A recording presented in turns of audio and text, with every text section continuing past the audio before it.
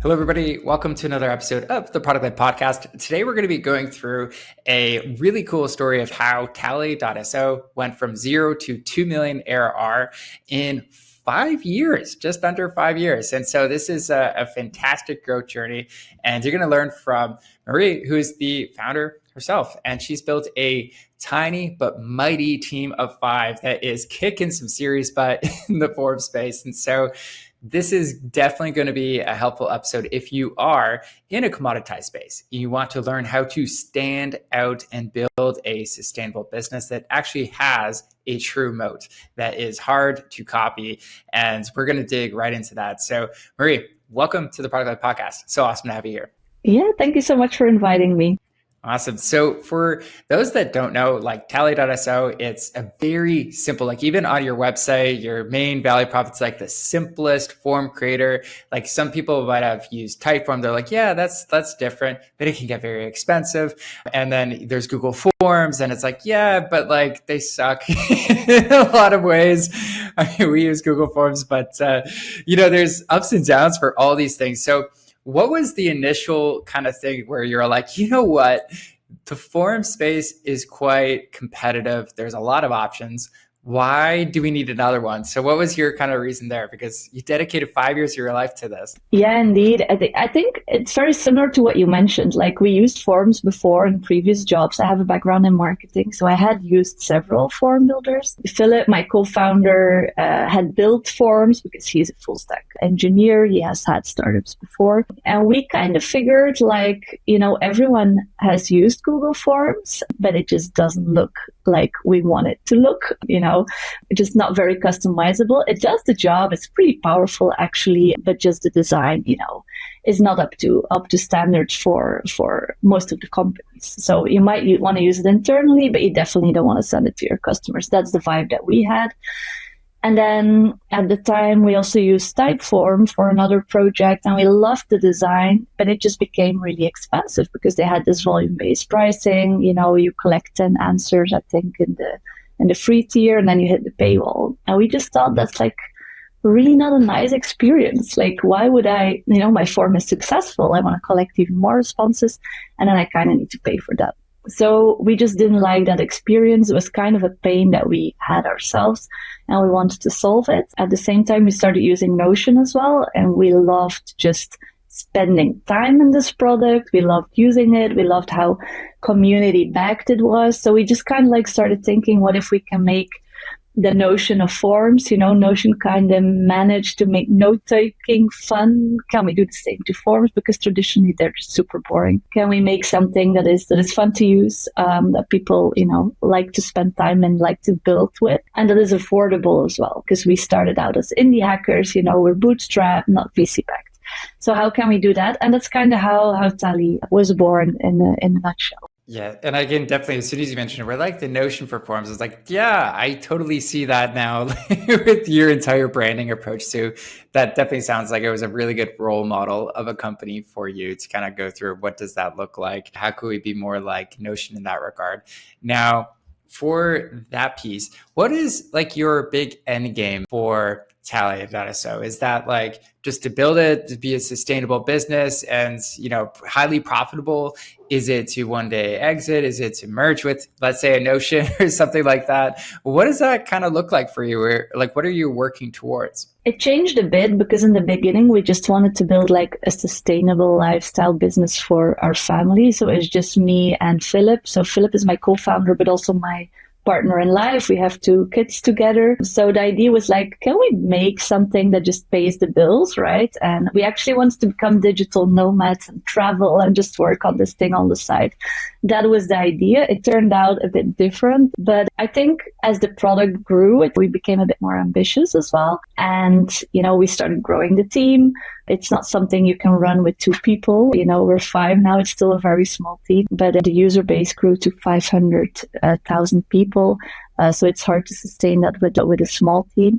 And we became more ambitious in the sense of, we have 2 million ARR now. We feel like we could easily, or we should be able to get to 10, and we should be able to do that with fairly small team. So I think that's kind of the goal that we're working towards. We love doing what we do. I'm not sure how many more years, we can do this. We'll probably look at an exit at some point, because sometimes we also dream about starting something new.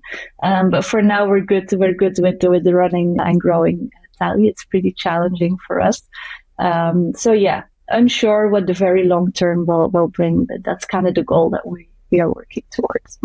Awesome. Yeah, it's always fun, like chatting with founders, like, hey, like what got you into it? Like I know with my business, it's actually called Traffic is Currency at the very beginning. It's like this A/B testing SEO product that I realized I'm like, I like SEO, but I don't love the market that much, doing all that research. But the intention was I was going to travel the world and do this consulting thing everywhere. So it's fun whenever you have those initial reasons that like get you to do something you normally wouldn't do. And still right now, 3 months of the year, like I'm in Mexico enjoying the warm weather because Canada's cold. So it's fun when you can kind of design the life around your dreams as well. So for all those lifestyle entrepreneurs out there, it's like, I think the ultimate hack is even if you have the, big ambitions of where you want to go with your business, it's still great to have like a business that is sustainable for your lifestyle of like, hey, I could do this at the end of the day. Like I went to this interesting exercise today where it's like, imagine somebody just gave you like 10 mil, put it in your bank account, and you couldn't access it for 10 days. Like what would change in terms of what you're doing? It's just like, okay, maybe wouldn't think about like, okay, I have to work. But I was like, I'd probably be doing the same thing. I would be doing this. I'd still have to call with Marie because it's a great chat. It's fun. So it really is a fun kind of practice to be like, what would really change? What are you enjoying doing? So you have that part. And this is kind of a random question, but are you familiar with the Flowdesk by any chance? Yes, I know them. Yeah, when I'm not using it, but yeah. Okay. Yeah, because as I was like studying your business, I was like, there's so many similarities. Like Flowdesk, for those that don't know, it's like a email marketing tool. They're going up against like the big competitors like MailChimp, ConvertKit, and everyone that has, like the ConvertKits, the MailChimps, the active campaigns of the world, they all have the same way they price, which is like per contact. Same thing with like what you're doing at Tally Forms, or not just Tally.so, is really just focusing on, hey, listen, there's everybody else who has this unique way, and we charge this way, which is very unique. And so as far as like your moats as a business, what I can already see, and this is true testament to you being a strategy magician, really good at this part, is like, one, you have a fantastic free moat. And that's just driving, like you said, like 500,000 people that are coming to Tally to use you for your forms. But then you also have a very compelling pricing moat, which is something that people can't just easily go in and copy. It's something that like, hey, like Typeform, are they going to do that? Are they going to blow up like 20 mil, 30 mil of like ARR for like this potential pivot of this pricing model? So no, they aren't going to do something like that. And I know at the bottom of your article when you were sharing like, hey, this update on 2 million, which is amazing. You're talking a bit about like the next potential future moat, which could be community, it could be something else. But I bet you already have a third one. Like what else makes Tally right now extremely hard to copy?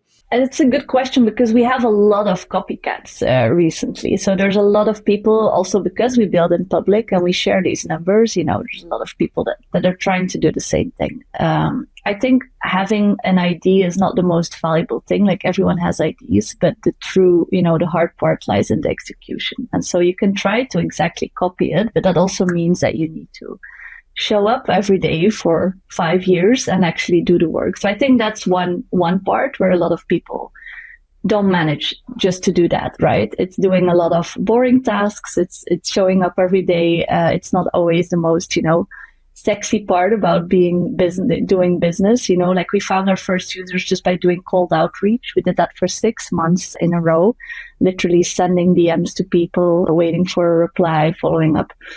So I think that's just a part. There's a lot of people that don't like doing that. So that's one part. Obviously, there's our pricing, which you could fairly easily copy, I would imagine. But we put a lot of focus on the UX and the design of the product. And that's something that doesn't just happen. It's one of our main USPs. The form builder looks pretty different than the traditional ones out there. Just pop in here to add a bit of context, because you said the pricing is hard to copy. In theory, yes, for new entrants that are smaller than you. But for the big ones, really friggin' hard to copy. So sorry, I just wanted to add a little credit there, because like I think you're underselling the moat you're building here, because I see it from the outside in. Just we study SaaS businesses all the time, and I'm like, this is a great one. Totally lean into it, because they can't easily copy it. No, indeed, as a bigger company, it's also difficult. There's also the cost of doing support, because we have to maintain all those free users, because we basically give away the product for free. Obviously, for us, we had to do something different to differentiate ourselves in the market. It's a very competitive market, like you mentioned in the beginning. We were just two people starting out. We didn't have any budget, so there's no marketing budget or anything like that. So the whole idea was like, okay, how do we do things differently? Well, there's it being free, which at the time there were just not many players, offering this type of pricing model. And obviously by making it free, there's a lot less barriers to try it out. We get new users. Forms are viral by nature, so they share our forms with respondents. They have our branding, and that's how we find new users. So that was crucial for us. It was our marketing product strategy. So making it free is super important. And then there's the UX, the design part, where users really choose us because they love the simplicity and everything that we do. It's in design, but it's also in marketing. It's how we communicate, and it's reflects in our pricing as well.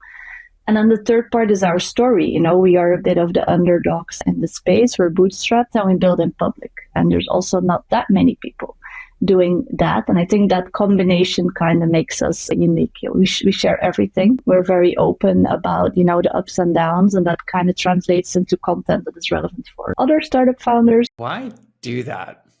Because like some founders listening are going to be like, it's crazy. And I always think back to like transparency from like, what are the core traits of great product-led founders? And transparency is usually one of them, because it's like, you have to truly give away your product for free, let people see it and everything else. But I'm curious to hear the build in public piece, because I see some founders doing it, and when I hear their story and I see what they're doing, it builds a ton of trust. And I'm like, okay, yeah, I might just try out Senja because Oliver is always talking about that. Or I might try, Tally, because it's like, Marie is just awesome about that. She got 5,000 plus likes on her LinkedIn post. And it's just fantastic. And I'm like rooting for you to win.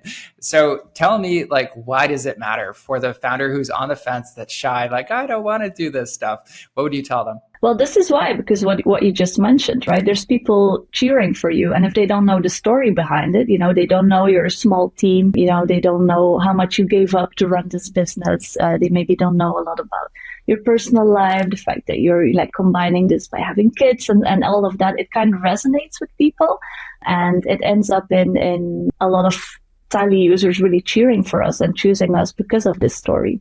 So I think it kind of became the DNA of our brand to be super open and public and transparent. And that's why, why people choose us as well. In the beginning as well, for us, it was just a way to communicate and to create content, because we didn't have that much to talk about, so you could see it in a way as a way of doing content marketing, right? Like, what does our audience want to hear? We don't just want to talk about the product. Like, what else is interesting? Well, that's what we are doing as founders. And I think because we started in the indie hacker space, it's very common there, like on indiehackers.com as well, to share your milestones.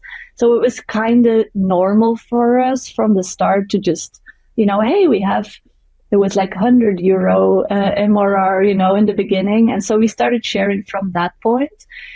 And I could tell that a lot of people started following me. So I was kind of creating a personal audience as well. That obviously translates into more eyeballs on Tally. And people started following me for, the marketing tips and for just the founder story. And we figured, okay, if we can be consistent, there's people that do it better, like an Oliver, they share everything. We kind of bundle everything in these big milestone updates, just because it is hard to constantly build in public and also focus on the business. It's a ton of work, but it became a tradition. It's kind of also a moment to reflect. And it's, we don't have a board, we don't have investors. So you kind of report to yourself as well, because sometimes we're like, by the next update, we want to do X, Y, Z. And then the next update is there. And I'm like, I didn't notice that actually. Yeah. So on your blog, there's like the board. updates every February. I was like, okay, going through the years, I'm like, that's great accountability. And so I'll recap here that's too. That's a coincidence, I think. You're on routine. Yeah, indeed. That's fun. Indeed. So to recap here too, like what really makes what I see like Tally hard copy. One, we just talked about this. This isn't like a core piece of the moat, but it's like your story. Nobody can copy it. At the end of the day, nobody can ever steal that. Even if they're a new entrant, they copy your pricing, they copy your simplicity of use and everything else like that. I think right now in the like uproar of like AI and how easy it is to copy all these products, what they're forgetting is there's some things you can't copy that easy. The story piece is really hard. Even if you get the distribution, people might resonate more with your story because they're like, hey, listen, I saw all the other tools charging this way. This is how we want to like take a stand, be the underdog, go in this direction. And then your 3 other core moats. The first one is just a really powerful free moat that is really compelling, just makes everybody want to sign up for free. And then you have here, which is your pricing, which is very unique. Yes, new entrants could easily copy it, but the bigger established ones are going to have a really hard time to go through that. Third one is just simplicity. So you're really inspired by Notion, but you want to just say, hey, like we have these simplest forms for people to really go through and utilize for their business. And so I wanted to share those 3 because I've seen very similar companies like a Flowdesk in the same, like not industry, but doing the same approach with the same modes, really break into a commoditized space and just do this. And so for everyone who's listening, I think this is like one of the coolest opportunities as well for product-led companies where you break into stagnant industries and you just have the best free plan. You have a disruptive pricing strategy and you have a simple product to use and you get rid of like 80% of the features that nobody cares about. Then it's like you have something that's the Canva disruptive industry in your place going up against the Photoshops that just can't handle you. So I love that. Now, in your latest report, I want to dig into something because this is like the kryptonite for so many product-led founders. And every time I see it, I'm like, oh, I love you as a product-led founder, but at the same time, I see you self-sabotaging. And you mentioned in your report that this is something that you have really focused a ton on, which is balancing shipping new features versus just focusing on making something easy to do. So a lot of product-led founders, they love building a fantastic product and they're really freaking good at it. Hence they got the title product-led founder. But when it comes to making things easy, sometimes it's not as, I wouldn't say motivating, but it doesn't feel like as much making progress. You're not breaking new ground and everything else. And so what would be your advice to a product founder they're doing this product in motion, they love it, but they're focusing more on like, hey, developing the advanced features, which maybe less than 1% of their users is actually going to care about versus like solving for, hey, the masses have this issue, let's make it easy. Yeah, I think for us, because since the start, we've always been talking to users a lot. So basically every user could join a Slack channel and could just talk to us, 24/7. So we did that up until, I think there's 3,000 to 4,000 people in the Slack channel. Then we had to close it because it just became like this 24/7 help chat and we couldn't maintain it anymore. But by doing that, we learned a lot about what do our users actually want and what do they actually value. And the simplicity is something that kept on returning. Like obviously it's a USP, it's something that we focus on. Like we know this makes us different and this is also why the early users choose us. And so that's why we have to really focus on keeping it simple to use. And that's just something that we find important. If you look at very bloated, like very powerful but bloated products where you have 1,000 features to choose from, you just don't know anymore where to start and it's actually not fun to use. So we did actually focus a lot on that usability and simplicity, also because it was something that returned in user feedback, so that kind of helped us. And because it was one of our USPs, so we figured that we had to double down on that. Obviously, we also made the mistake to build shiny new features, that no one uses in the end. So we kind of always try to look at balancing, how long will it take us to build this? Is it a new feature or is it an improvement? Will it actually add value to the free users? That's what we focused on the most actually in the first 4 years. And will it actually have any impact? Like, can it help us grow? Will it make the forms more beautiful? Will people share them more easily, and so on?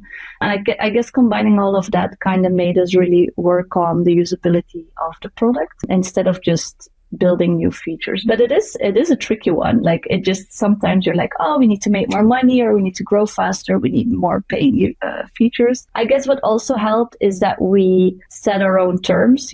There's no investors, there's no one pushing us to raise prices or to make different decisions or go in different directions. So we could always really stick to this, let's keep it free, let's keep it simple, let's keep it us, because that's like our decision framework. And whenever we need to make difficult decisions or like, what do we work on next?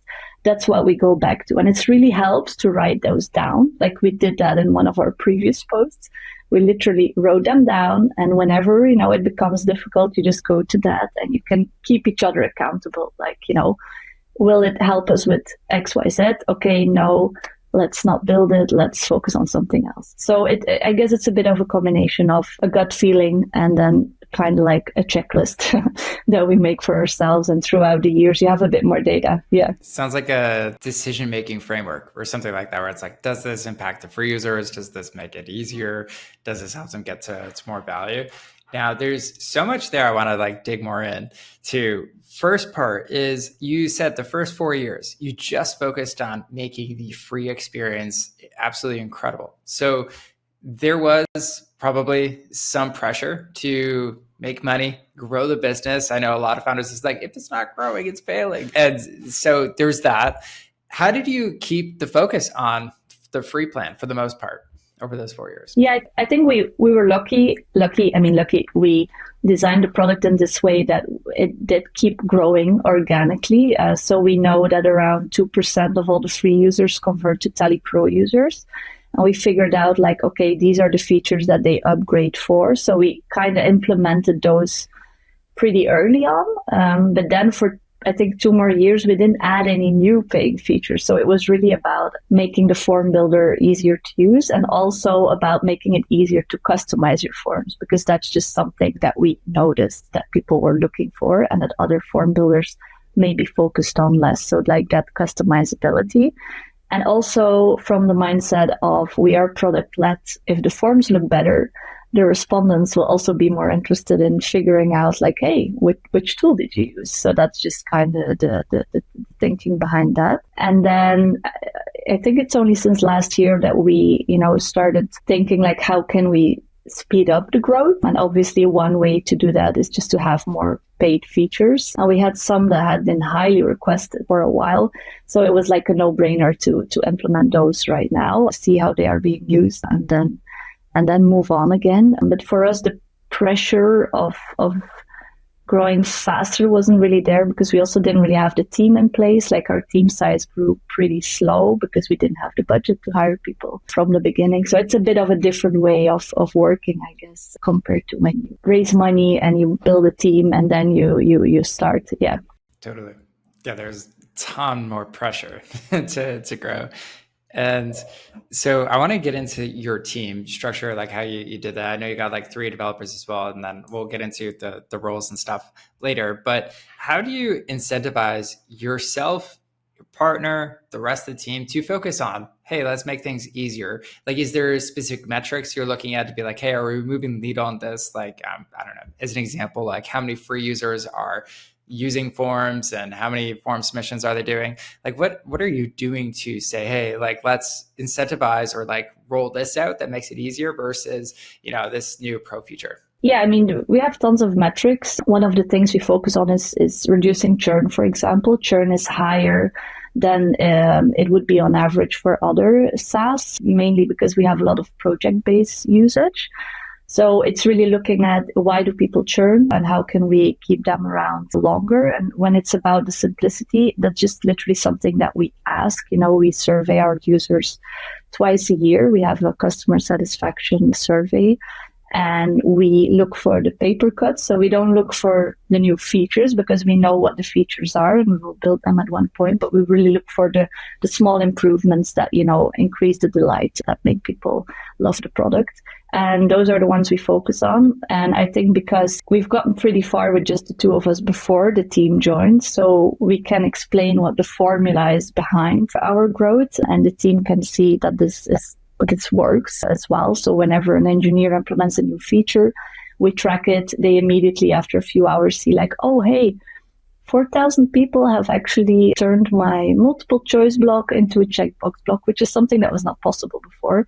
That's something that makes the product easier to use. And that's just really motivating because people actually use it. And we know they use it because they have requested it. So it's kind of listening to your users and adding some bit business logic to it. And then usually, you can make the right decisions. What was that quote again? You said, look for the paper cuts, not the... Yeah, not like the shiny new features, but really like the small improvements, like what would make it a bit easier for you, or is there maybe something we need to remove? Like these are the things we really try to focus on instead of adding big new functionality, which obviously we also do that. But I think just the vision behind Tally is you see a lot of tools grow and move more horizontally, building suites of tools, right? Adding e-signing or PDF makers or anything that is compatible with forms, which totally makes sense. But for us, we're like, okay, we want to do one thing exceptionally well, and that's to build and craft a form builder that allows you to create beautiful forms. And so if we just keep going back to that, like how can we stand out in this one area, that kind of makes it easier for us, to make decisions, especially with a small team. Yeah. And so you talked about one really interesting tactic, which is like you added all of your customers to a Slack channel so you could easily get that feedback until it got to, like 3,000 plus people. It's overwhelming. And maybe you're also kind of worried about like, hey, like people are going to abuse this. What could happen here? Definitely resonates with me because we have a Slack community with 20,000 plus people. It was like,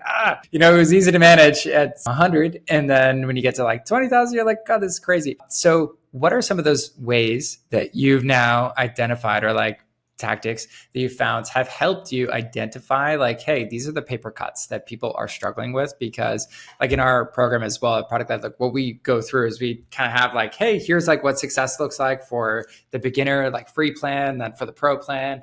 And we literally like list out just in a spreadsheet. It's pretty manual, but it's like, what are all of the challenges that they're going to have to overcome? And we'd rank them based on like 5 out of 5. This is really tricky. Nobody can overcome it, to like 1. Yeah, it's barely a challenge. And so you rank them and then come up with solutions based on that. But what is your process for identifying those, paper cuts and how to solve them? It really comes down to talking to the users again. So we have quite some, customer support queries coming in. I think it's between 100 and 200 a week.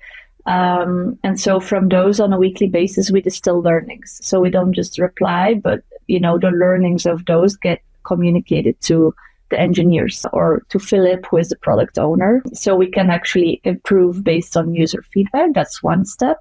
Then we have the survey where we actually ask, and we just ask like, what's one thing that we can improve in the product? So we really like try to steer people towards, those smaller improvements and get to know those. And then the third one is testing the product ourselves and obviously tracking as well and seeing how it's being used. And we've learned a ton based on that, just because you sometimes see people struggle or you see a feature not being used in the way that you would want it to use, or people don't find it maybe. So look, it's a combination of those things, and that kind of helps us identify them. Okay. No, that's awesome. And yeah, I love just the focus on like identifying those paper cuts. Actually, David from Hotjar, when he was the CEO, he was like, hey, yeah, exporting Zendesk, all those support queries, that is my Bible of how to run this business. Because I think also the Atlassian CEO said something similar, like every support ticket is usually like, we treat it like it's a bug. Like, why did you have to reach out?